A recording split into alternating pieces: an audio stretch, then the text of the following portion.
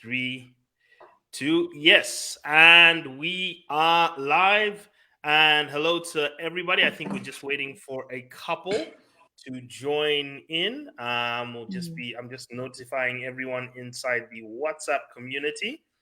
Okay. So we'll say join in. We are live. Okay, let's see who Every has. time I hear that, it reminds me of you, Munyumba, from the morning shows. And we are Oh, live. it's It's actually now because I become have your signature thing now in my head.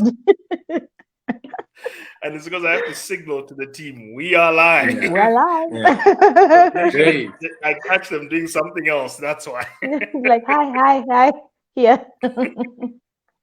Yeah. Okay, so we're just waiting for the rest of our community.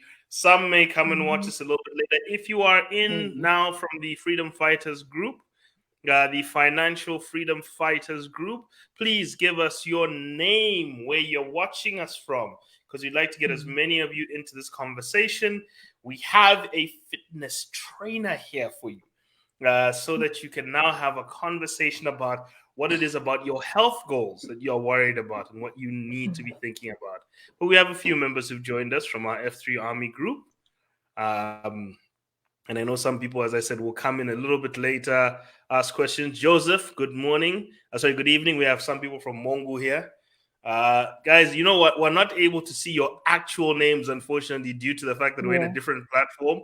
But Yeah. so just give us your name as well so that we know who. I know you guys generally. I know you people generally, but we just want to know exactly. Joseph, thank you from Mongo. Mm. And just know that we are multi-provincial here. We have people from every corner of the country. Mm. Okay. So let's see how many are joining us for here. I know that about 30 or so. Kondwani, thank you Mm. so much for Mm. clarifying. We've got Kondwani in here as well. Evans, hello to you. Chanda, thank you so much. And we're getting a little bit of the movement here. Yeah, I always keep 10 as the magic number. Once we get to 10, Then we start. then it's enough It of should a be good party to to go. get started. Okay. And And there we yes, are. and we've reached 10, and we hope that everybody else can come in and enjoy so much for today. So Mhm. a good evening to everybody. I know you're seeing multiple faces here. You've got myself, Munyumba Mutwali. I am your investment analyst and financial advisor.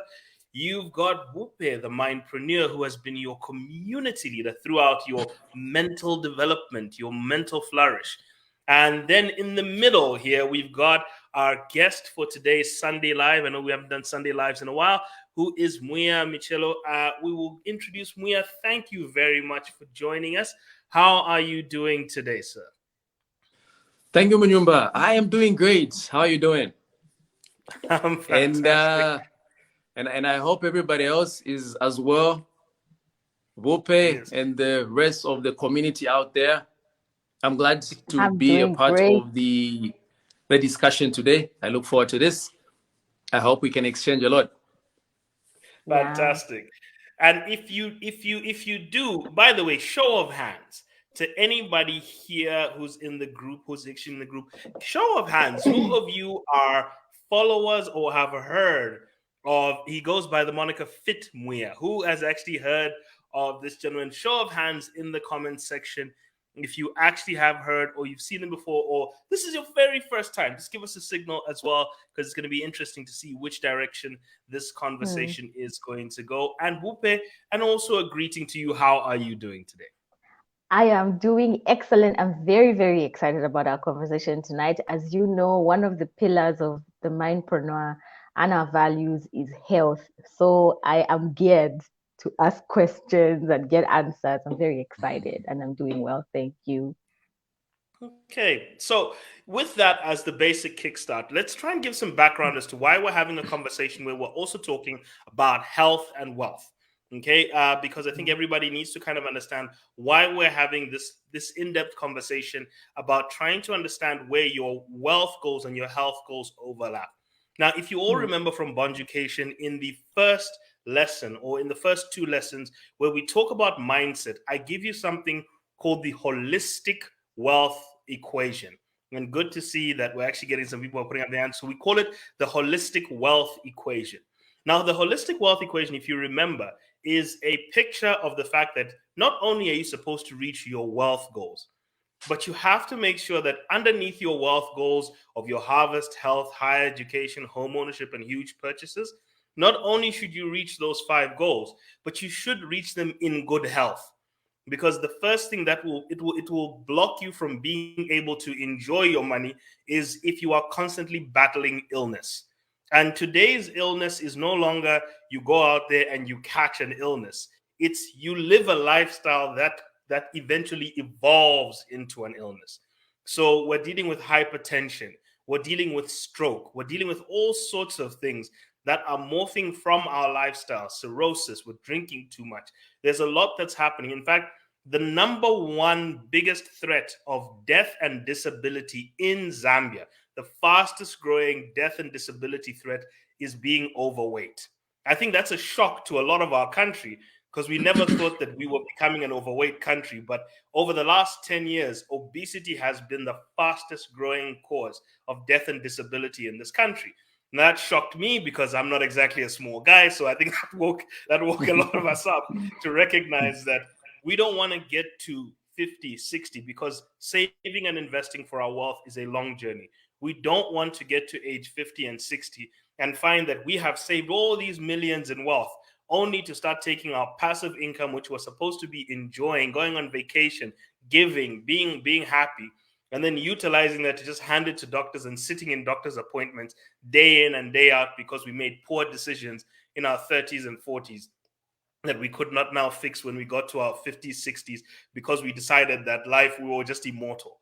So that, remember that your holistic life equation is about making sure underpinning your wealth goals should be health, good health. In fact, even the Bible says, beloved, I pray that you may be in good health. So I think even the Bible recognizes the importance of having good health. And then underneath that, we've got other things such as your social and mental health, your emotional health, your professional health, and also your financial fitness. These are the pillars that support your wealth meaning something, because there's nothing worse than having a block of flats, a big bunch of bonds, and a huge stock portfolio. And at the end of the day, you can't go to the restaurants you want to go to. You can't travel because you're on so many medications that traveling is too risky for you. So these are just the basic things that we're trying to look at. So we're trying to attack this from a different perspective. And the first expert that we wanted to bring in is taking a proactive approach. So actually investing in your health by investing in energy and time towards doing that. So this is really what's the biggest equation. Now, just to finally add to this, the Fidelity survey, if you remember, actually highlights that 60% of millionaires are worried about their health. Specifically, they feel like they're overweight. Specifically, they are worried about their weight and they're worried about the weight of a loved one. So what you'll start to understand is, one, if the millionaire community globally, even with that wealth, are still scared of their health. They're worried about the cost of healthcare that has come with it. They're worried about the cost of things like insulin from diabetes, all these things that are coming out. They're worried about all of this.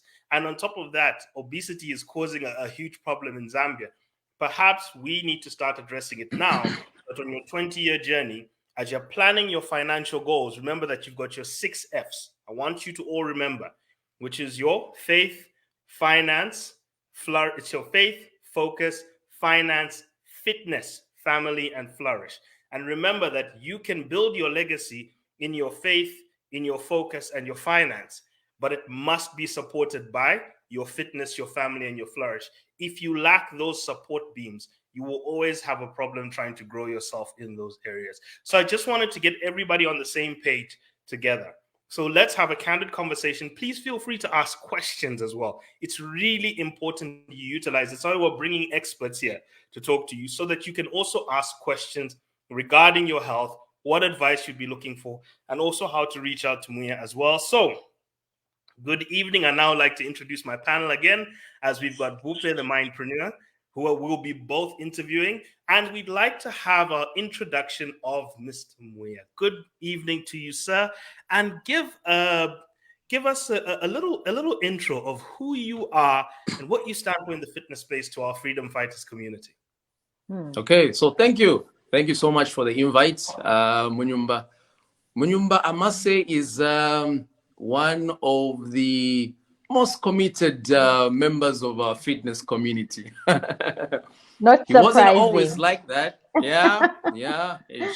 He wasn't always like that, but he's really taking up the torch now. He's really taking up the torch, and I'm proud. I'm glad to say that you are doing well and keep it up. Okay. So my full name or names are Mwiya Imasiku Mijelo. Professionally, I'm an engineer. I got my degree from the University of Zambia, Civil and Environmental Engineering. Before that, I did water engineering. I was at NRDC. It is at NRDC where I got my diploma, and I was given an opportunity to teach and lecture.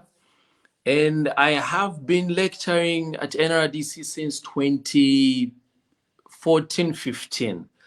And between that time and now, that was the time that I took myself back to school to just go and upgrade.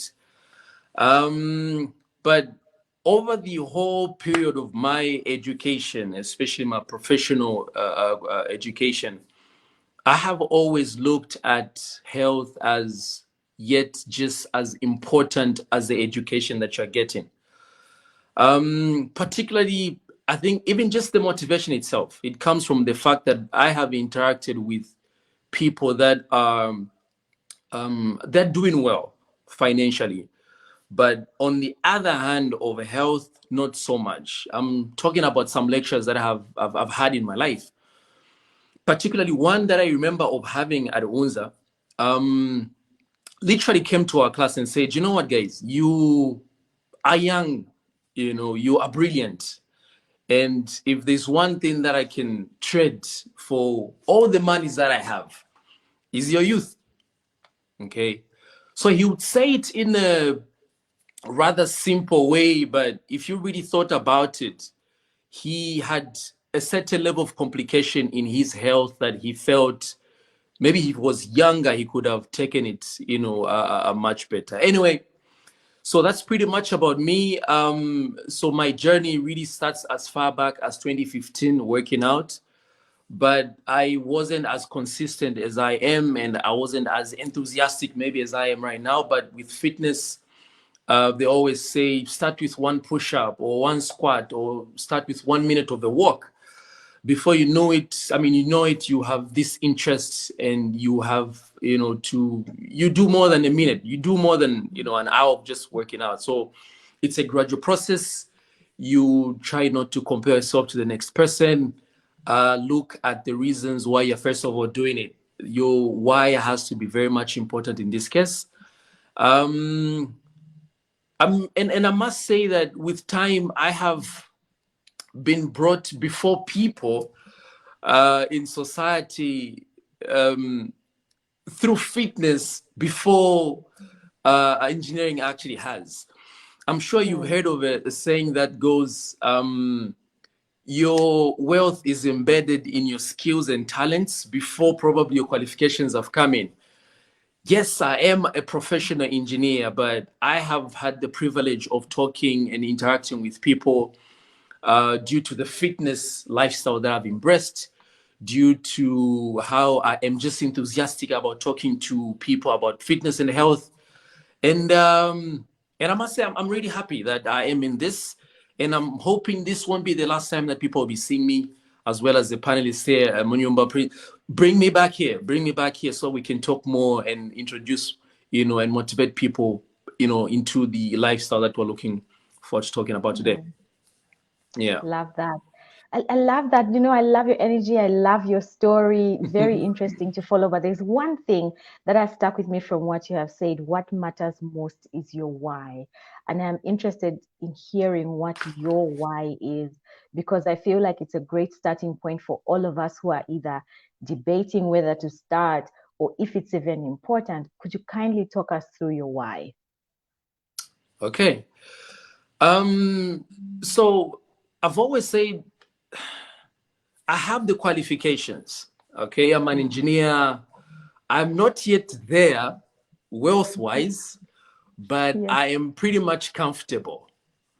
And I know that if I spend another 5, 10, 15 years, I'll probably have the monies that I'm looking forward to. Okay. But one thing that really scares me the most is to get to a 50-year mark or 55 or a 60-year, birthday, to have all those monies, but then my health is failing. Okay. So my why then comes to say, okay, how about the qualification bit and the making money bit? You look like you about to make it. So the health part is one that will probably just cripple you in a way that you won't enjoy every sweat that you've ever put in from the time began, finding this money. So I said, you know what? How about I become the fittest 50-year-old or 60-year-old you find in Zambia? Yeah. Okay. How about I enjoy all the monies and all the labor of my my sweat? I get to that level where I can enjoy it without really coughing any cent to take to a doctor. How about I go to my daughter's wedding in a very healthy state? I don't need to be rolled over, let's say, in a wheelchair. I don't need to miss that wedding of my daughter because I have got a certain health, complication or appointment with a doctor. Or How about dozing each and through the every, wedding.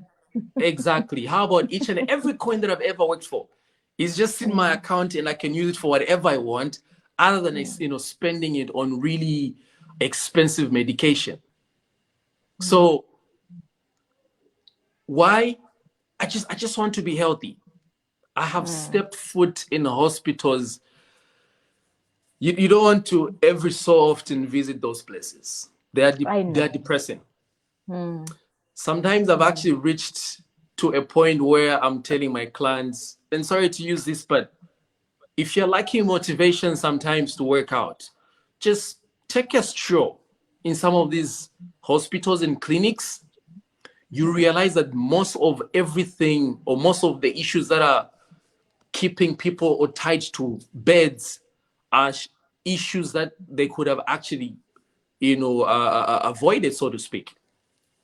100%, So, Mia. Sorry to cut you. Just on that particular point you have said, I work in a nutrition space, right? Developing policy and whatever. And the laws, the policy, they show that is it 90%, 90 or 95% of all health issues are stuck in our nutrition and fitness issues. So the question that they are grappling with right now is, why do we want to solve the problem after the issue has happened? yeah, Why do we not sort it yeah, out before? Because if we're yeah, depending on pharmaceuticals, the problem won't stop. What we need to do is work on nutrition and work on fitness, and it is such a real thing. And like Munyumba had talked about, obesity and in nutrition has yeah, become a real big problem. So you raised yeah, really, really important issues regarding your why. It's very inspiring. yeah, I would like to age gracefully too. yeah, yeah. Yeah. So, I always tell people that my whys could be different from yours. Okay. And it's not really in my power, even if I'm your trainer, to tell you a why that you should stick to. Most of the times, the whys that anybody will really stick to are the ones that they in themselves have convinced themselves of having. So once you identify your why as to why you really need to stay healthy, that will keep you waking up each and every day. But then the truth of the matter is this: you won't always be motivated to work out, for instance, or to eat healthy. That's just a I'm fact, and I'll never tell you that. motivated to wake up. I do it out of discipline. Never, ever have I ever been motivated to wake up. So I like that. I like the fact that you've mentioned discipline. It's just I have to You do this. know, I always say this. Fitness, in my opinion, is one of the best analogies somebody can ever use in life. First of all, you need to deny yourself certain meals. And as a trainer, I'm not trying to say that you completely stay away from meals, but there are certain meals that I wouldn't recommend you to be eating each and every day. But then the discipline for you to deny yourself certain meals says something about your character. Through food, a lot of people have fallen. But if you can be an individual who really says, okay, maybe this food I can have once in a while, then you need to applaud yourself and say, you know what, I think I'm a really disciplined person. That's one. Two, if I tell you to be waking up each and every day to work out at 05 hours, that says something about your character. And sorry to a little bit digress, but I recently found me a new job. So I'm in a transition period from NRDC actually. I'm joining an NGO. And what they're giving me is I mean, we always search for greener pastures, not so. So I'm loving the part. But then when I got into this organization, I asked one of the panelists there afterwards to say that what really drove you to give me an opportunity to work with you? They said, Mwiya, if we are able to look at what you do, for instance, on social media, each and every day you're talking about fitness. To us, it tells us that you are a consistent person as long as you put your mind to that. Secondly, for you to look in a certain way, it really means that you're disciplined. It means you work out every day. You're lifting weights, for instance, or you're jogging on a daily basis. For us as an organization, by the way, it's a Swiss-based organization. For us, it tells us that even if you don't feel like doing that work, you put in the work because there's a goal that you're looking forward to. And with those 2 points, they said, when we try to compare with everybody, we can say you are all at par, but then we went beyond your qualifications. We went to your character and said, what characters are we looking for that we can work with? They said, okay, you're consistent. You are, you've got the drive. You're not just motivated today, but you've got the discipline to do that. So it's not always, to my clients and the would-be clients, it's not always that you'll be happy to work out every day. It hurts, but you need discipline for you to get to that point, for you to achieve your goals. And this is just not fitness. Like I said, fitness is just an analogy. It can be in finance as well. 100%. It can be in business. You need to forgo certain pleasures before you can grow your bank account. Not so. 100%. So even in fitness, it's the same. Okay, you want to eat a certain meal, but then you've got a goal of, okay, I want to be the fittest person at 50, 55. So, okay, maybe this meal, I can't have it so often. So once in a while. So that self-denial that you're building in yourself, in my opinion, it means you can deny yourself whatever, anything that you really feel like denying yourself. And in my opinion, that's where success really lies. That's where success really lies. I'll add to that just to give you. So I'll quickly clear up here. And I was being honest. I am one of his clients, and I've been there since December. And he people 5:30 in the morning, 5:30 in the morning in this weather. Oh, in this weather, it's an interesting experience. Yeah. No, but the thing is, when you wake up in the morning, your coach, number one, is there on time. Firstly, he's up on time. If we get a WhatsApp at around 4:45 to 4:40, bing, morning class. So we know that he hasn't missed it. We know that he's not missing Yeah. it. And what we come to understand is, so what he's done is very similar to what we've done in Bonjucation and out of the group, is that he's created a community. And one of the first things I can tell you is the first motivation you need when you're struggling with things like fitness is to change your community into a fitness-seeking community. Because in that community, we share notes, we talk about things, we encourage each other, we share success stories, we talk about what to eat, we ask questions. He talks with us a lot. And it's the same thing we've seen even in the financial freedom fighters community. Because you people talk about finance so much, you act on it. And it's the same thing even in the fitness community. Now, I was going through a journey, and I'll tell you just a quick bit of my journey. I used to be a rugby player when I was in high school. I was actually in our high school's rugby team, not even just a rugby. I was actually one of the starting players in our high school rugby team. I can actually see that, yeah. Yeah. Because of your character, I can like see it.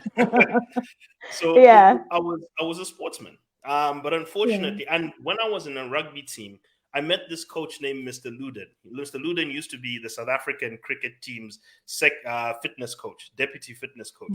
So he was rough with us, but he was brilliant. He would train us like every single day. Like we had drills every day. So we got into this rhythm when we were playing rugby of we would wake up in the morning, do a jog. We would go to the gym between 5:30 and 6. Then we'd have breakfast. Then school would finish. We'd do afternoon training for rugby, and we would do rugby. We'd do rugby gym as well. Then evening we'd do another. So we did 3 gym sessions a day. Wow. This man, that's how tough he was with us. And he had a Saturday training session for the front line to make sure that we weren't too heavy and we were quick enough because we were sevens rugby team. Then what happened in college is I got an injury here on my shoulder playing rugby as well. Unfortunately, I fell on a rock and it dislocated my shoulder. Now, unfortunately, in college where we don't take sports seriously, that became my excuse. I got a shoulder injury, can't really work out. Got a shoulder injury, can't work out. This excuse lasted a decade, people. Like seriously, this excuse has lasted a decade. So every time I'd like get an inch with fitness, my shoulder injury is playing out. My shoulder, yeah. And so last year, where I just said enough is enough. Okay, I cannot keep having this issue be an excuse. And one of the things I also started to find out was the entrepreneurial class, the people who run businesses in a very disciplined fashion. One of the things you start to notice about them is they're also very disciplined with their bodies. They're extremely disciplined. And what you find with a lot of these people who are disciplined with money, disciplined with business, is discipline is not a thing they do, it's who they are.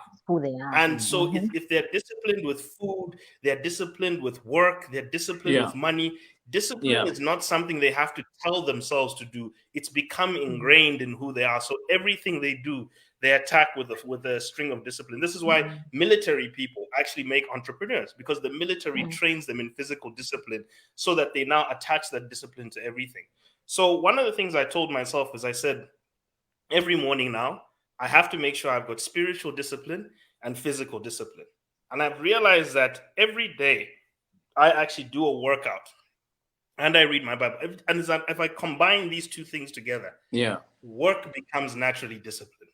Like other things, discipline starts to flow naturally out of these things.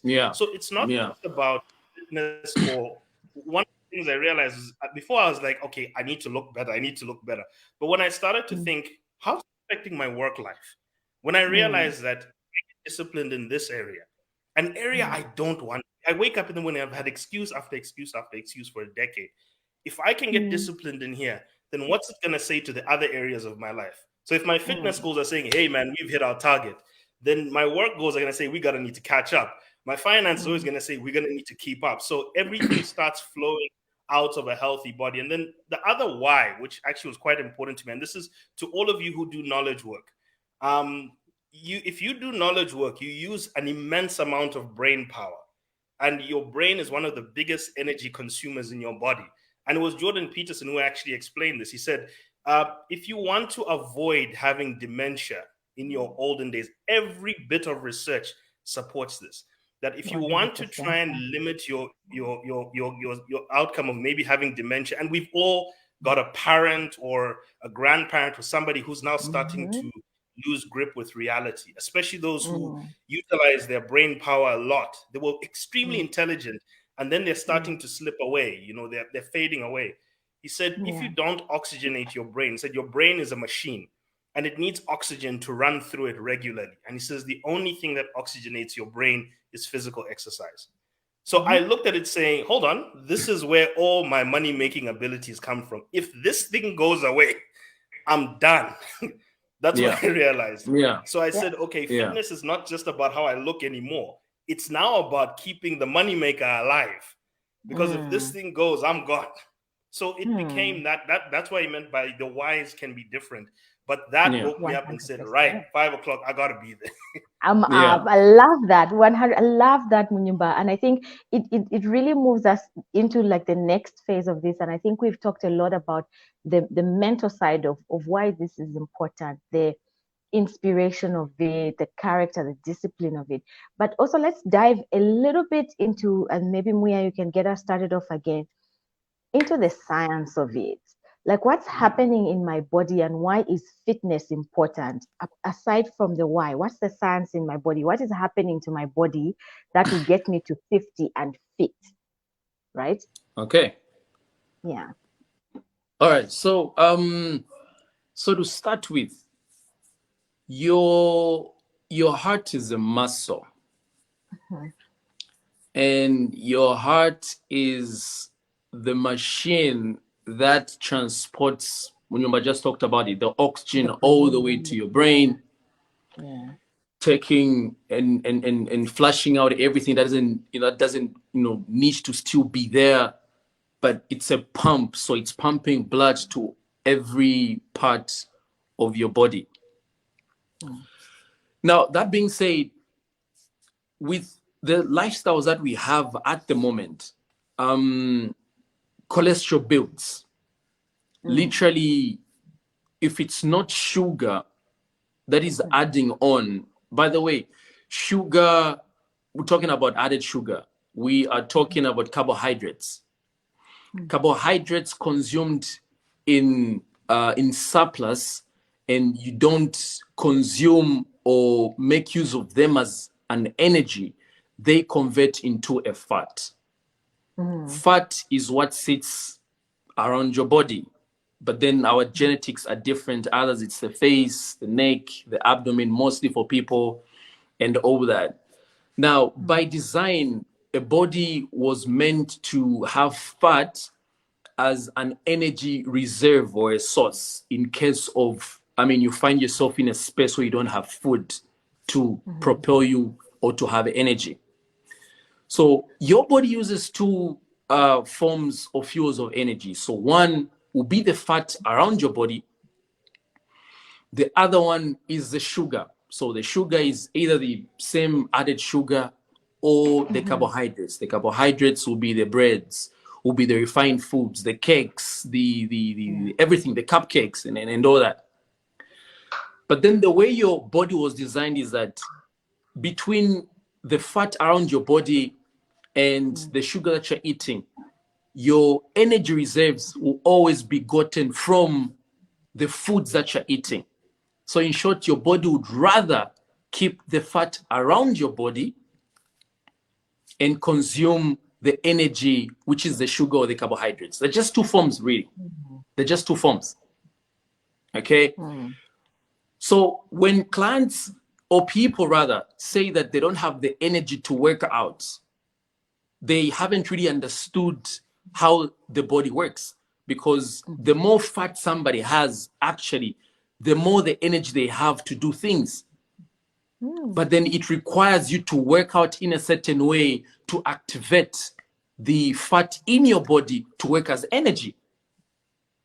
So my classes that we have as a community of fitness people says that in the morning, if your last meal, let's say, was at 20 hours the previous day, by the time it's the next day, somewhere around 05, 04, you're already in a fasted state. You don't have anything in your stomach. At that point, when you wake up on an empty stomach, your body doesn't have any other energy source apart from the fat around your body.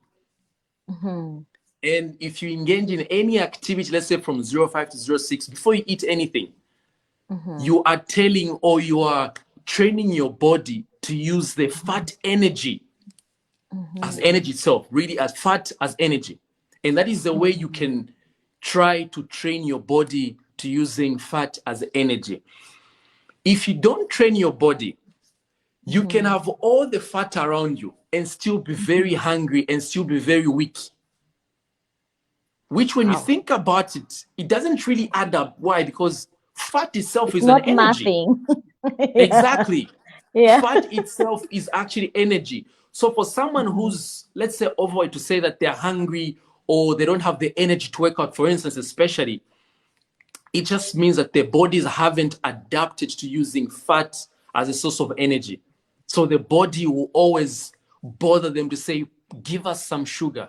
This could be the added sugar, or this could be the carbohydrates, which are the breads and the cakes, or anything that really is processed. Okay. So with our lifestyles that we have now, they allow us to just sit back and really use most of our thinking. But the fat around our bodies doesn't really go anywhere. And with time, your cholesterol begins to build around the veins. What happens is that once your veins have fat around them, or cholesterol, the diameter or the openings become smaller. They become constricted. That is one. Two, you are not working out. It means your heart is now weak.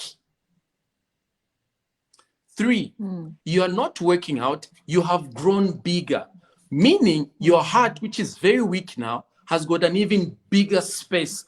It needs to supply the blood. So first of all, your veins are smaller, they're constricted.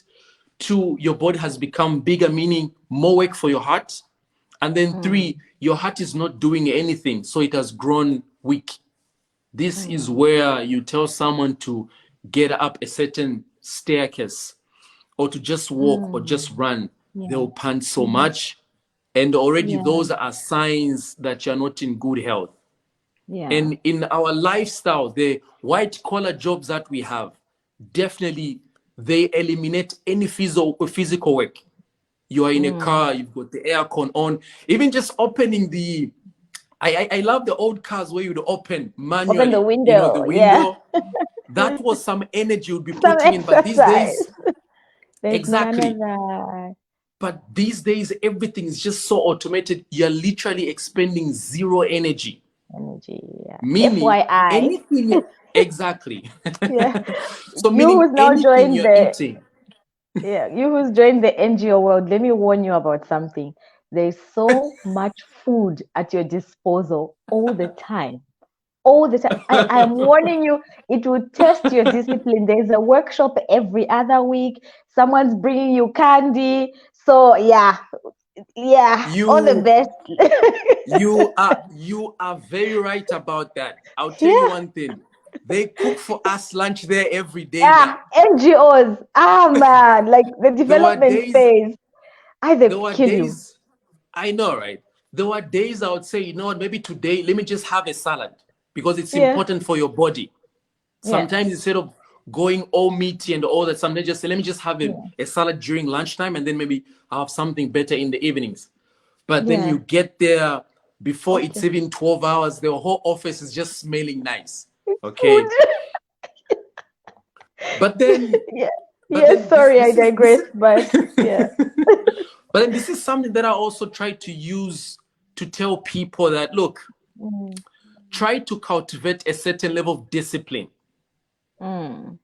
They say that if you don't stay disciplined in your small amounts, there's no way when you're given more, you stay disciplined. I think even in financial literacy, you talk about that, not so?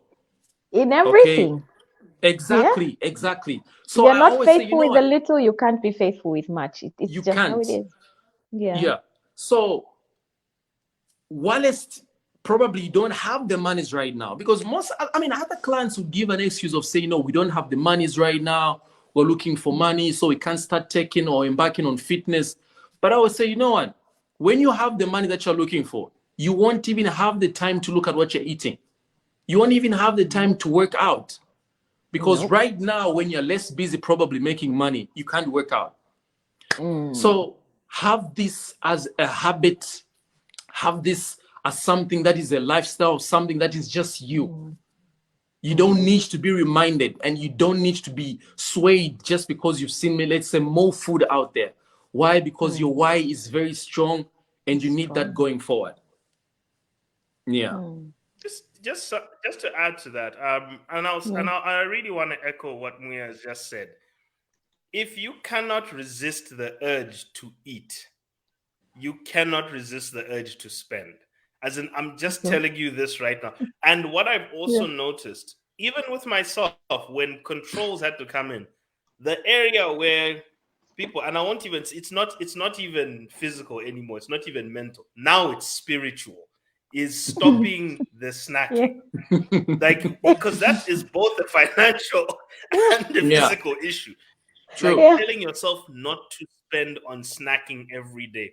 The art of carrying a packed lunch, like restricting yourself to a sandwich, just something that simple, or a salad, as he said, something structured. Like what I noticed this year when I put myself on the journey is I had to structure meals.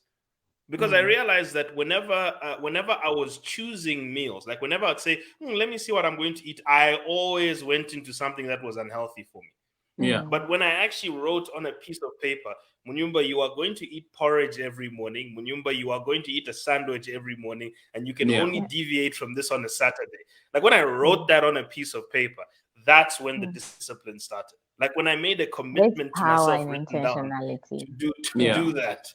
So I can attest to what he's talking about that. And so this comes to my other part, the question I have. Mwiya, which part of this equation, how did this equation come about? Because we've always heard that 80% of your fitness journey is in the kitchen. It's in the kitchen, or what goes into your mouth, rather than the sweat that comes out of your pores. So one, how do we manage this? And two, then what's the emphasis on fitness and exercise? Okay. So I like the fact that you've spoken of you write something somewhere. Okay. In fitness, we call that meal prep. Okay. That is meal preparation. So people that are serious about their health, really, they would actually prepare meals for an entire, even a whole week or so, as long as you can preserve your meals to be in a good condition. Why? You can never make sound choices when you're hungry. Which is very much similar to saying, you know what, you can't go to a supermarket without a plan of what you want to buy. You buy things that you haven't planned for.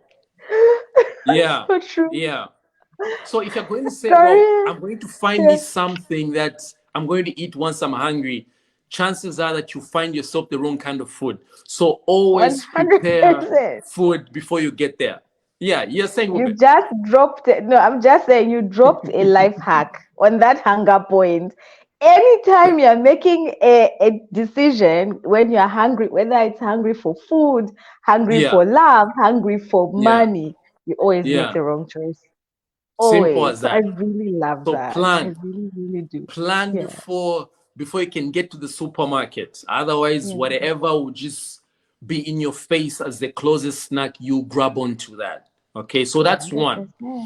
Munyumba, also you talked about snacking. Okay, snacking, you can snack. I tell my clients that you can snack. The biggest problem that we have is that we snack the wrong kind of foods.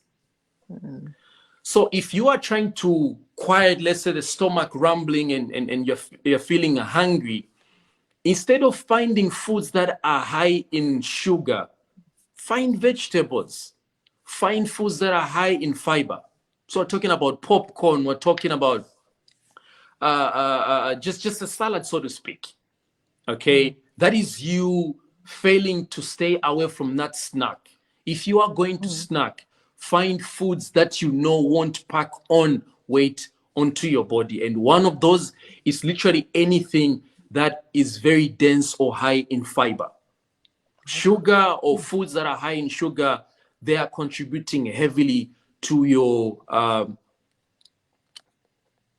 weight. Okay.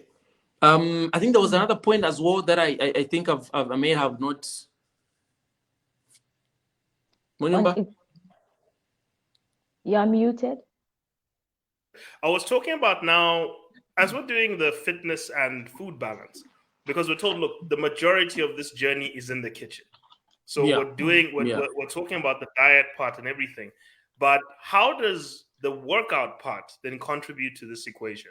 And maybe does discipline in working out help with discipline in food? Great, thank you for the question again. So as a trainer, I have noticed something, that if my clients are not showing up for workouts, then I know they're not eating right. It's just as simple as that. It's something that you'd say it's like you let in one evil or one demon, and then all the other demons come in. Exactly. So if you will be disciplined, for instance, with waking up, even just 3 times in a week of working out, then I'm very much confident that during your day, you make sound choices about food. Also, we always say that, look, if a child, for instance, messes up, what do? We beat the kid, not so. So the pain itself. We discipline the kid. We don't want to be arrested. I know, right? It's just this generation that we're allowing our children to just run around, and we used to get beaten so much way back. We used to get beat on. Oh my God. And that served as lessons. That served as words of not to repeat what was wrong. So with fitness, it's not fun. It's not always fun. Trust me. They tell you to do a plank. Munyumba knows about that. Okay, hold a plank for a minute, 60 seconds. It hurts. It pains. So for me as a trainer, a client going through that phase of a pain, then I know that they're being beaten. When they go to the supermarket or during the day as they're making a choice about their foods, because of the pain that they went through, they will be reminded to make sound choices about food. So for a client who doesn't work out or somebody who doesn't work out, it really becomes hard for you to watch your foods. Why? Because you don't understand the value of working out. You don't understand how painful it is, for instance, to lose just even 0.5 kgs of fat. Okay. That being said, so fitness becomes as a discipline, or it keeps you in track, really. It keeps you in track. That is only about 25% of it. The other bit, which is 80%, 85%, has to do with what you're eating to look in a certain way. So you need to start watching what kind of foods you're eating, not to mention the times you're eating these kind of foods.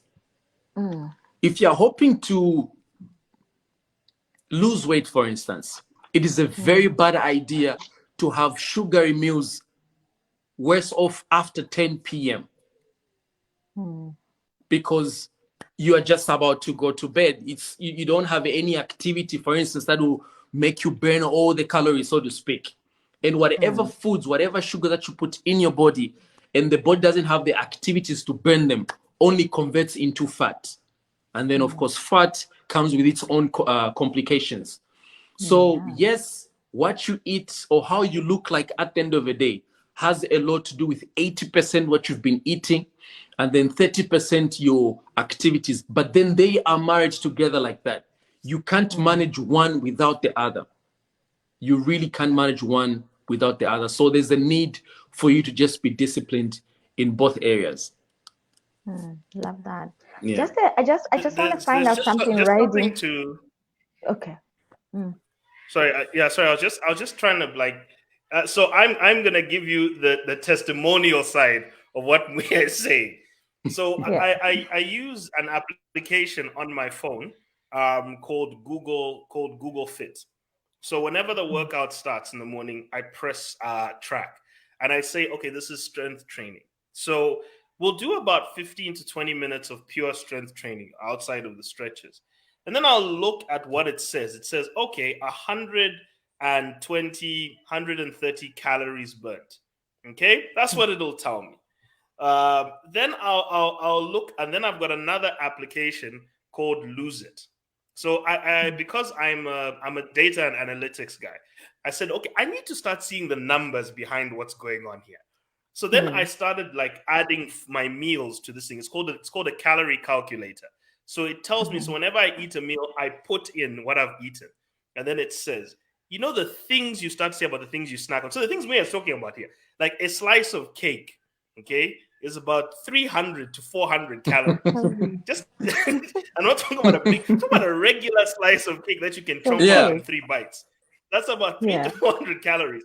His workout, I just told you, is about 150. So you just cost yourself 3 workouts just in 3 bites. Eating one slice of cake. 3 workouts. Yeah. So now what's happening in my mind when I'm seeing these numbers is I'm seeing the cost.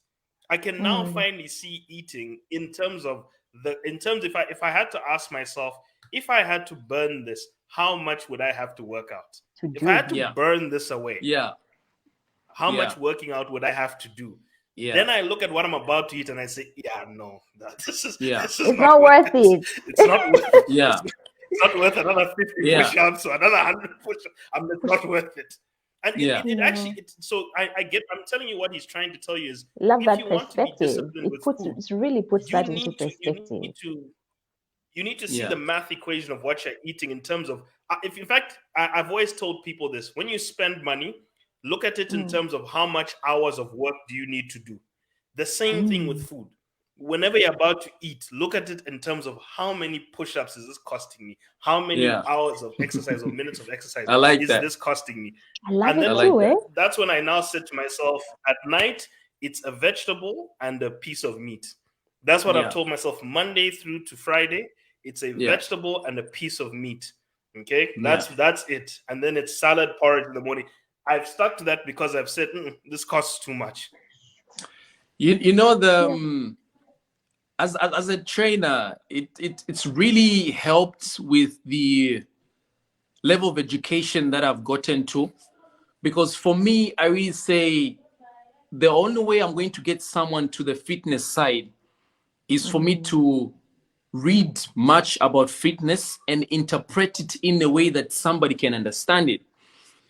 So I don't like the whole idea of let's just do push-ups. Let's just jump up and down without good form or knowing where we're doing it. Yeah. That's why I spend so much time on Facebook writing. And trust me, I spend time. There's a way I would quote in a way that it doesn't come out so offensive, but for somebody to get that, oh, this guy is talking about eating. Exactly. Yeah. It sticks. Like every time you say something, it's hilarious and it sticks. And I'm just like, that's so funny, but it's so true. Yeah. And I try not to be so blunt or say, don't be fat, don't be eating so much, you're gonna be fat. It's just gonna annoy somebody. So I find time to really sit down. I look at a certain post and analyze it in a way that, okay, it's gonna have a bit of some humor, but then it's gonna deliver the information that I want to be delivered. So what I'm trying to say is that I try to go into a client's mind first of all, because we always say, I mean, my thinking is, whatever battle you're about to win, target the mind first of all. So that client of mine, if I want them to lose weight, I'll need to get into their minds. It won't just be the physical bit. So if I can find a way of motivating and managing and making that person see that what they're doing is good for them, then I know that even on days I don't show up to train them, they'll wake up on their own and train. In my community, I have noticed people that it's a Saturday. Saturday is a day off. But people will post, I'm done with my workout. I was like, oh, okay. Like, wait, that's kudos to you as well. Yeah, kudos to you as well. That means it's working. Whatever it is you're doing is working. It has sunk. And trust me, on a daily basis, I do get people in my inbox. Fit Mwiya, I don't know. I know you don't know me, but thank you so much. Whatever you put on that Facebook page gets to talk to me. It reminds me in a certain way and pretty much just keep it up. And for me, that's what it means. Just like Monium has put it, you need to really begin to weigh your options. Start looking at food as an energy source only, and as a nutrition, not something that you go to if you feel like celebrating, not something that you go to if you want to have a dopamine. an easy, fast dopamine. And that's what the problem is, because sugar does that to you. Because you're going to have sugar today, right now. Within a second, your mood is going to be lifted up. And your brain keeps that as a memory to say, okay, when you are feeling down, give me some sugar, I'm going to feel better. This is the reason why each and every meal, people want, give me a Coke, give me a Fanta, give me whatever.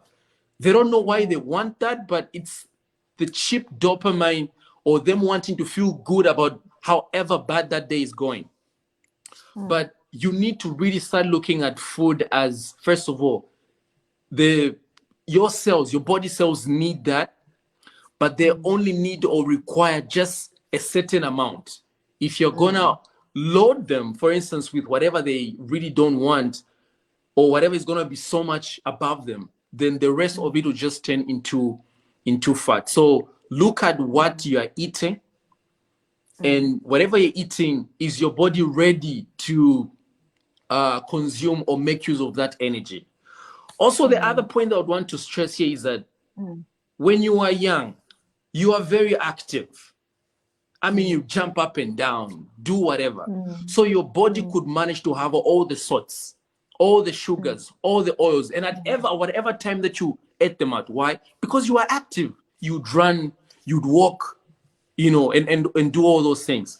But as of now, you get into your 30s and going up, your metabolism is not as high as it was when you were young. So meaning your foods that you're eating are not getting converted at the rate at which it needs to be converted. And you're comfortable now, you're driving. If you're home, you're a parent. Even a spoon which is just a bit away from you, you want to send a child to come and bring it for you. Yeah. Your clothes are being washed for, your food is just being cooked for you. So you really need to begin thinking, okay, I'm no longer in a certain age bracket where my body was able to consume and process the food. I'm getting older now, so I need to be very careful with what I'm eating if I want to reach a certain age and enjoy my money that I've been working hard for. Yeah. I love that. Yeah. Yeah, so I still have like a million questions, but I know that, we have to also. Yeah. Yeah. Oh, this is like for an hour? A question here. Yeah. Yes, I'm saying so for someone. Question. Yeah. Yeah. Oh, sorry, I'm back here. We've got a few questions here. We've got one from a gentleman named Mofat. I just went to the group. Mofat Chalra said, for someone who is hypertensive, what sort of exercise would you recommend? Okay. So to me, that sounds like your body veins, okay, they are constricted, first of all. Then secondly, your heart is, gotten weak. And I really wish and hope that our medical services prioritized someone keeping fit more than they'll push the agenda of medication. I know. Because medication can only do so much. For me, I look at medication as just an umbrella. It just covers the actual problem in it. What you want to do is get your heart stronger. What you want to do is melt the fat around your veins so that you can open up the veins, the blood can flow easily, your heart can pump at the rate at which it's very much comfortable. So they are what we call just body weight exercises. Body weight exercise will include just you walking, really. Just having a brisk walk. Maybe 30 minutes, an hour. But then you can start at your own, pace. Just move at your own pace. Whatever activity you are doing, you're burning fat. Part of you burning fat includes you burning the calories or the cholesterol that is around the veins there. So you do well to just, if you've never worked out, start at your own pace. You can just start walking. You knock off from work, get home, park in your neighborhood, just 30 minutes, 45 minutes, that will do you good. So we call those just body weight exercises, really. So things such as walking will do you good. If you can do some push-ups, do some push-ups. Even if it's just doing one today, as long as today you're going to do two. My point is just be consistent in your little amounts of working out. If it means jogging, do that. If you love playing football, go do that. Tennis, swimming. I know it's cold, but there's that time when people can go out. But anything that allows you to burn more calories than you are putting in your body will mean that you're burning, first of all, the fat around the abdomen and the cholesterol that is around your veins. So your veins will become bigger and your heart will pump faster because it is getting stronger. So the running out of breath, actually the heart values that. The heart values exercises.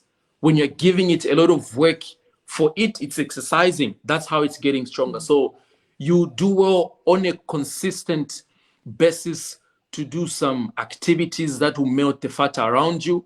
But most importantly, like we said, a lot of who you are has to do with what you're eating. So fix the kitchen. If you can limit or stay away from sugar, that will do you good.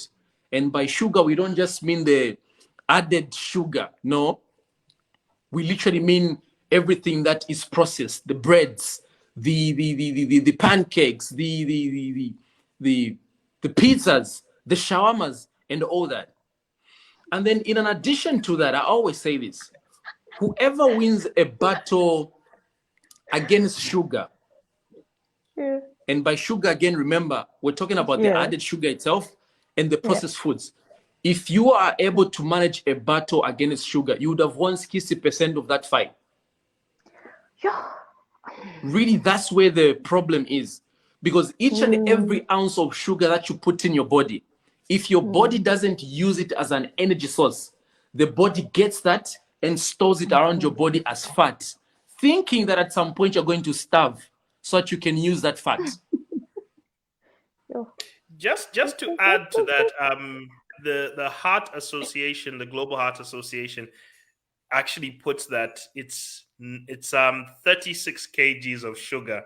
No, sorry, 36 grams of sugar per day maximum, which is somewhere. Yeah, that's what you.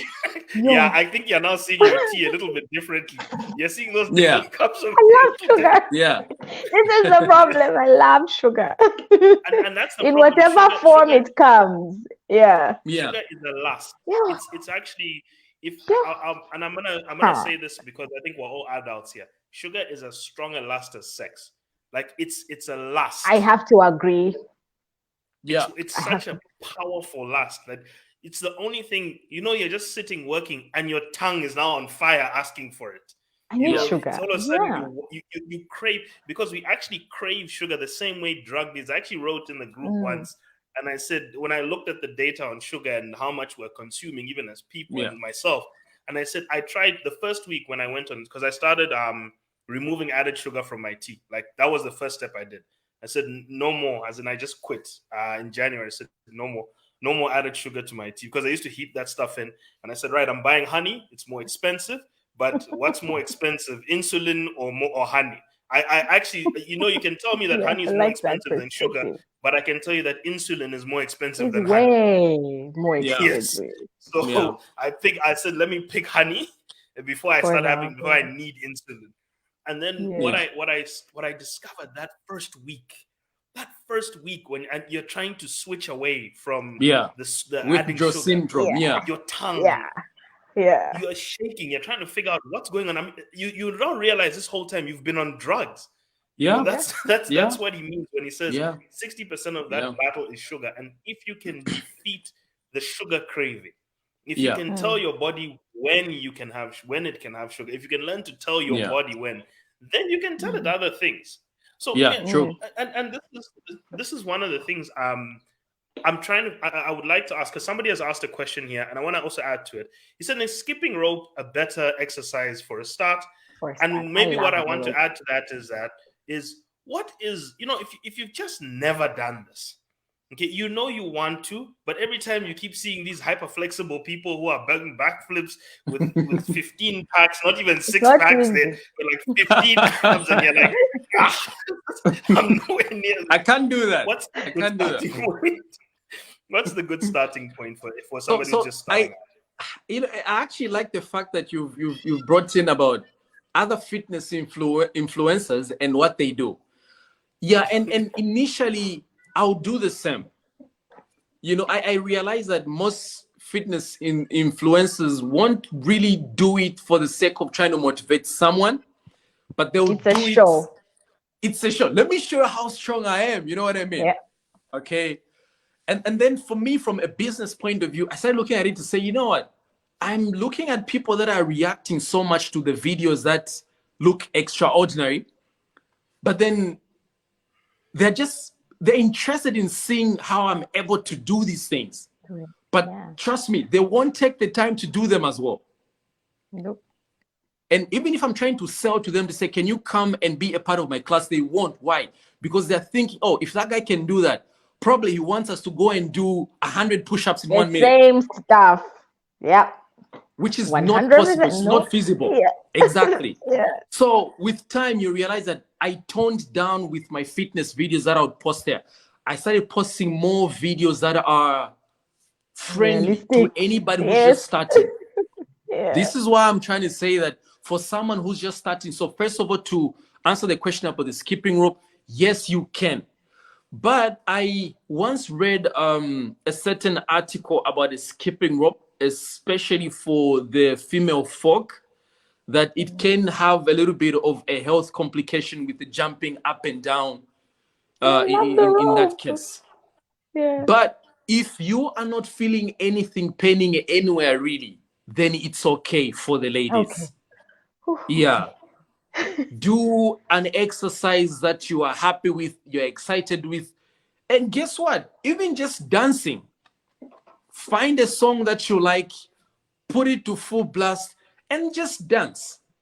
Anything that gets your body running, anything that gets your heart beating faster is a good workout for you. But then what you want to do is just be consistent in your little ways. Yeah. Before you know it, you say, okay, maybe I can't just do a skipping rope. Let me start squatting. And very much soon, Whooper, you start doing the squatting themselves. From body weight exercises, you say, okay, maybe my body is too light now. Let me find some weights that I can put on my shoulders. I need to So do it's strength. Exactly. So it's a gradual process. And this is one thing that I tell people at the same time, like, you want to make a decision to say, I want to be healthy today. And then you want to start by doing 200 push-ups in a day. You would demoralize yourself. Yeah, that's true. Hence, I always say, look, start at your own pace rather, or join a fitness club that talks about just being consistent, but then doing things at your own pace. So body weight exercises are one of the best that you can start with. Even if it means you're doing 2 push-ups in a day, you do that, provided you are consistent, provided when you go to the kitchen, you eat the right kind of foods. That will serve you well. That will really serve you well. Oh man, I didn't even get to the question about your skin, Mwiya, because I'm just like, the whole time I've been looking at your skin and I'm like, that skin goes, and I can't even I can't even get into it because of the time. I want to talk about the role of like our family genetics in health. What does, like, I have like 100. We definitely should have you back, but yeah, we're running out of time, and I'll be glad to be brought in. Yeah. I'll be happy to come back. And I am glad to. I think there's just one question I just wanted to touch on, because I know one person has commented saying that they are now trying to bring physical fitness into the public health agenda.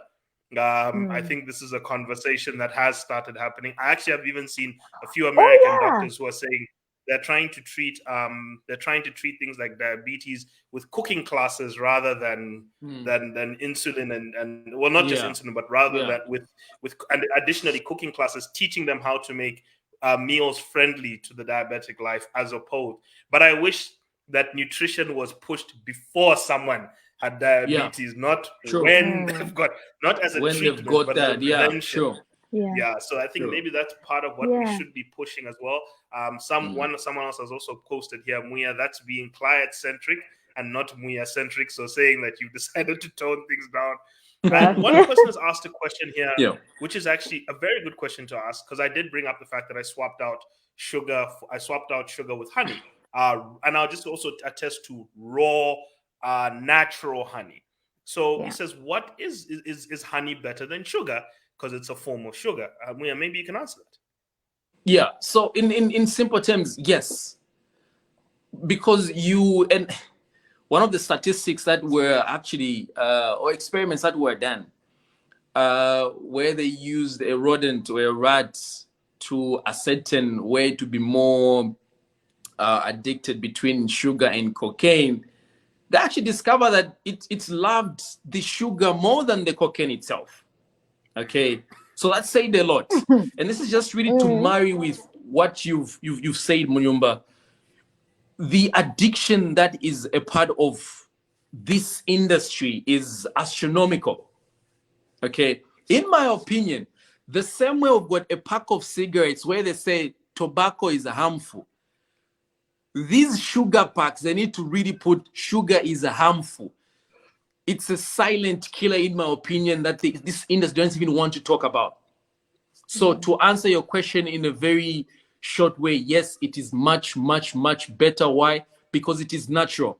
One of the posts that I ever put on my platform was to say, eat things that are as natural to this earth as possible. Or eat things that your great, great, great, great grandmother wouldn't be shocked of finding in your table. So if your great great grandmother would wake up and find my pizza and the shawarmas and all these foods that we have, then you need to be wary of what you're eating. Why? Because those foods are not natural. Most of those foods are highly processed. There's sugar in them, the sugar that you can't even taste, but there's sugar in it. A very short study that I also came by recently talked about just one slice of bread. I'm still trying to conduct further study on it. Just break my heart. Just I love bread. Just one study, and I'm talking about white bread, not the brown bread. Brown bread is so brown bread. Why are you like this? Is favored. Yeah. So brown bread is favored to white bread. Why? White bread is highly processed. Brown bread has got a bit of some fiber in it, and you need fiber for that. So they say that one slice of bread can contain as much as 3 to 4 teaspoons of sugar. The funny thing is you can't even taste that sugar. No.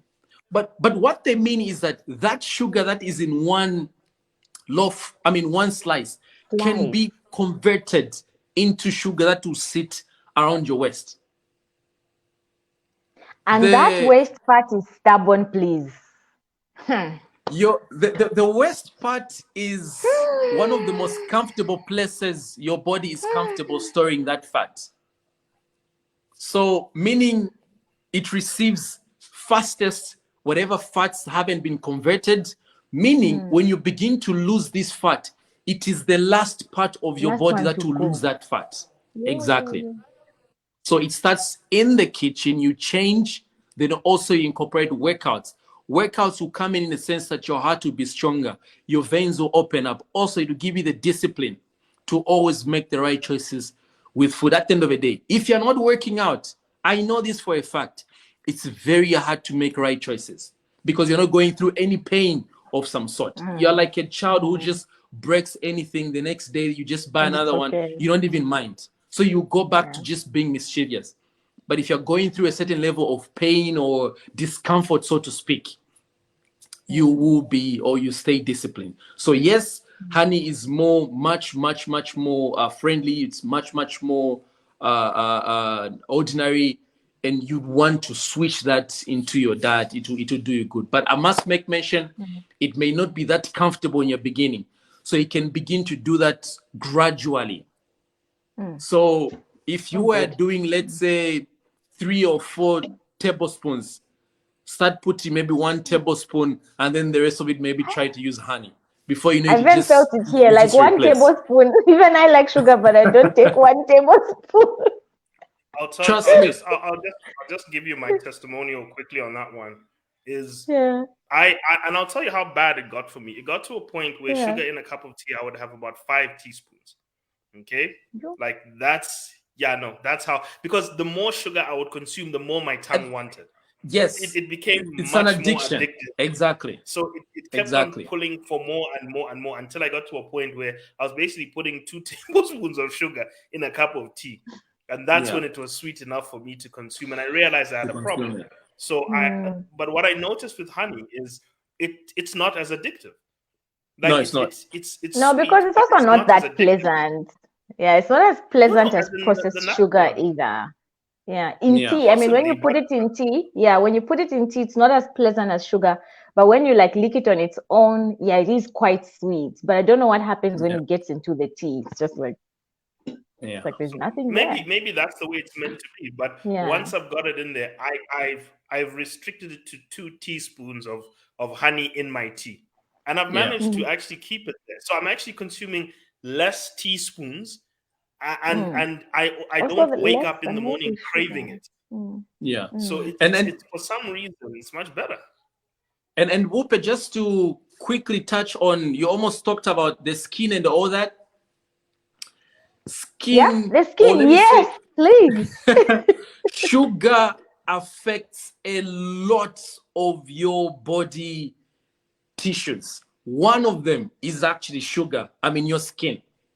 Yeah. So the acne or the quality of the skin itself, if you stay there from sugar for just even a week or two, you notice something about your skin.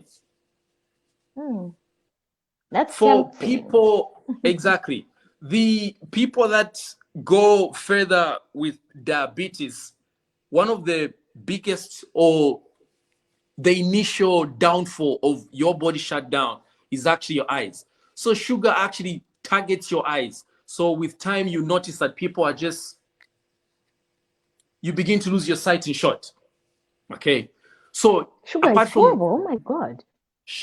I'm trying to say that we need to start a campaign. Whatever level of sugar, we need to put sugar is harmful to your health as much as we do the same for tobacco. The same is true. Even for your teeth, sugar affects you. Okay. Yeah, not to mention for men, erectile dysfunctionals, they are very high. And one of the biggest leading causes of that is actually sugar. But the funny thing is sugar. Let's discuss. People don't even talk about it. We don't know. That's why we don't talk about it. We don't know. Yeah, we need to make this more aware to people. And I know, trust me, I understand you. Most people haven't really understood the gravity of what they eat. So Munyumba just talked about whatever you eat, the levels and the amounts of calories that are in it, you'll be shocked. Actually, for me, I always think our bodies were designed in a way that they don't even respond as much as they should to food. If a human being was designed just by a human being, I think with the foods that we eat around us, we would have been responding in a very horrible way. It's like saying our air, much as you can see, but there are particles in them, not so. So the design God made, he saw this to say, well, first of all, people will be eating so bad. So let me design it in a way that it can still process these foods and it doesn't impact them so much. But if it was a dysfunction design of a human being, there's a lot that would have been shutting down on its own. For me, I always say sometimes even relationships will fail because, sorry to say this, but we're all adults in here, because the bedroom hasn't been taken care of. Because of sugar. If the bedroom hasn't been sugar taken care of, out here killing relationships. So it's linked. It's really linked in that way. If you're not healthy, then you won't perform your conjugal duties as you're supposed to. And if you don't perform them in the way they're supposed to, your opposite partner will be frustrated. If your partner is frustrated, they won't have respect for you. And for a man, if you don't have the respect, everything is linked. This will be a whole new debate. But I'll say, since you're the expert, okay. So everything is linked in that way. And everything can be traced back to your health. Yeah, that's true. So when people say your health is your number Is one your wealth. wealth. We agree. We Marriages have agree. broken up, but they haven't known exactly where it's coming from. Yeah. Sugar. Sugar is a There's problem. one more. I think there's one more point I'd like to stress before we break off today.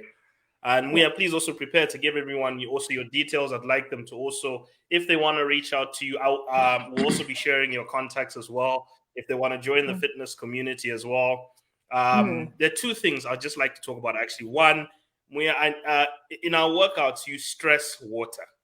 In fact, he says to us by the first workout, we should have knocked out at least 2 liters of water. If not one, we should be heading towards our second liter of water. And the second thing, so what is the role of water also in fitness? I think we also underestimate hydration, the eh? importance of water. And two, we have also the importance of the community. In as much as we're talking about the workouts and the diet, how has the community, I can attest to what it's done for me and what I see it do for others, but maybe from your perspective, how has also making sure that joining a fitness community improves your capabilities of reaching your fitness goals, or also just acting on the discipline? So water and the community. And the community. Okay, so in terms of water, I always say that the day before, well, let me say the moment you wake up, so to speak, your body is coming from a state where it was fasting and it was processing everything that it was given to process. And remember, whatever you eat, trust me, there'll always be toxins that are built up somewhere. So the next day when you're waking up, and we're working out in our fitness community, I'm always saying or stressing, take water. The reason you're doing that is that you're trying to flush out the toxins from the system before you begin to put in food in your system again. Yes, food is nice, food is everything, food is nutrition, but whatever you put in your body, there are toxins that are built up. It's just like a car, really. Whatever fuel or gas you put in there, there's a part of a car that excels or gets rid of the toxins. So the human body works in a certain way. So for a Sunday, the way it is, whatever we've been able to eat, whatever type of air we've been able to breathe, there are toxins that are sitting somewhere. So for you to wake up early in the morning, before you even eat anything, and take in water, you are giving your body an opportunity to flush out the toxins. Actually, studies show that one of the reasons why someone sometimes could be watching what they're eating, they're exercising, but their weight is not dropping down, is because of the toxins in the body. So other people even go on as far as saying, look, we have a detox type of a drink, so to speak. So it only says that your body needs to have a certain amount of a state, so rather, or so to speak, that will allow it to process whatever foods that you're putting in it. So if you are able to drink enough water, actually, at least before you even have your first meal, if you can have even a liter of water, that will do you good. Water will really aid you in losing or shedding off that fat. It's actually one of the tips that a fitness individual will tell you, that if you want to lose weight, if you want to manage weight, drink plenty of water. It is only for one reason. They want you to detoxify that body. If your body is full of toxins, whatever good you have in it, you're putting it in it, it won't be able to process that. So you do well to just drink a lot of water to flush out the toxins, so that whatever you're able to eat throughout the other day coming will go into the intended places. So you want to do that. Then when you talk of a community, just like you had put it, if you are trying to know more about, let's say, financial literacy, be around people that are talking about it. We live in a world, a community that has so much out there. There's so much wrong, there's so much bad, but at the end of the day, you want to sit down and only pick things that are okay for you. Even just on social media, what you're listening to, who you are talking to, who you are following, so to speak. has an effect in the way that you think on a daily basis. So being in a community that will only talk about the kinds of foods that they're eating, the times or the right times that they're supposed to be eating that foods, if they're having enough sleep, if they're encouraging each other to work out, that is what you want to do. You are reinforcing that and you're putting that on your brain. Because trust me, it's never easy to work out on your own. You can have, let's say, a whole gym to yourself, but if you don't have people to just talk to you about it, it becomes a ball on its own. My journey has continued to move on, mainly because I have people now that I feel they are a community and they're a part of me. And most of the posts that I'll put or give them, in a way that I'm talking to them, I'm reminding myself. Because the target is I want to reach 50 as healthy as I can ever be. So what do? Let me have a community or people or friends around me that are having a similar agenda. Pretty much the same with finances. So in a way that we talk about financial literacy, if you join a community, you know about fitness. In this case, this is fitness literacy, literally. We don't just talk about it, but it's important. It's really important. Yeah. Mwiya, I know that we've stretched this, and you've really put a lot out here. I think some people are even going to look at their relationships and say, I don't hit the gym, this one can leave. Please don't. People can be like, this one's a flight risk if I don't hit the gym. But what I would really like to do is please open up the floor to you here, Mwiya. Please, to our community here, there are people who are even going to watch this afterwards. Please open up. Where can they get to you? How can they get to you? What is the the 21 challenge? Tell us about where they can do, how they can start, and how they can start working with you. What are the costs to it, and how this can work out for them? Okay, so first of all, I run a fitness page on Facebook. Username just Fit Mwiya. So FIT capital letters FIT space Mwiya. So the purpose of that really is just to get you reminded, because I sit each and every day just looking for one post, one motivation that can stick into someone's mind to make the right choices about food. I mean, if you're not thinking about it, then you won't really do it. But I've had a lot of clients that have, even would-be clients really, people that are not even in our community, but they follow me on Facebook, and they've really appreciated the amount of just, reminders that I put out there. So FIT Mwiya, you do to follow that on a daily basis. I'll be reminding you to just watch your food intake in terms of portions and the times, as well as just you working out.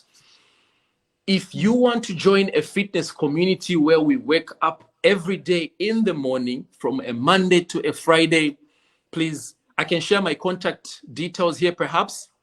Okay, Yes, so please. 0971 3205. Allow me to repeat that.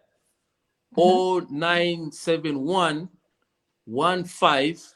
3205. Please, you can drop me a text. I'll get back to you today, even earliest tomorrow. We use Zoom for our live workout sessions. Our workouts are not next level. No, they're just beginner. Okay, at all times, we use body weight exercises. So don't be scared of saying, well, my class or the other members have already gone ahead. No, there's no such thing. Every person who has come in from their zero fitness level, they have found time to get in there, and then they've moved on. So use a Zoom, just 30-minute sessions, 2 of them, from 05 to 05:30, 05:30 to 6 hours. So you can join in just one of them. If you are going to wait to come and work out after your work, it's not possible. You've been trying to do that for the longest of time. This is why this program was designed, to work out in the morning before your day gets busy. You'd have knocked out one of the most important things that you actually ever want to do. So get in touch with me and we'll give you more details. So also the workouts are recorded. So in case you miss the morning sessions, you still have a copy to those workouts as well. But particularly if you want to manage weight, if you want to lose weight, if you want to just tone your body, come and work out in the morning before you put anything in your stomach. Why? Because we said your fat is actually an energy reserve. So if you're not putting in sugar, you're teaching your body to use the fat around it. And you do this consistently, you really begin to see results. And there've been a lot of clients that have seen results and they're out there. One of them is actually Munyumba. So feel free to get in touch, and I look forward to having you to be a part of the club. Thank you so much. Thank you. Thank you so much, Mwiya. Yes, and I'll plug it here, people. It's 350. That's how much we pay. That we have access to a trainer, we have access to nutrition information, we have access to a community, recorded workouts. Trust me, it's worth it. It's worth it for all of us. Thank you. Not as a person who's just trying to plug it. There's no business deals between me and Mwiya at all. I'm being flat out here.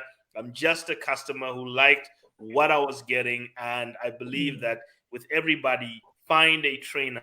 If you have been struggling with this, find a trainer. You need a coach. The way you needed a coach for your money and your investments is the same way. And I'll just add to this: your whole life sits on this health tectonic plate.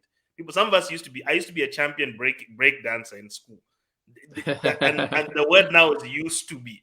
It's not even still am. Used to be. If I try and break dance for 1 minute, you are the panting, you'll be in shock.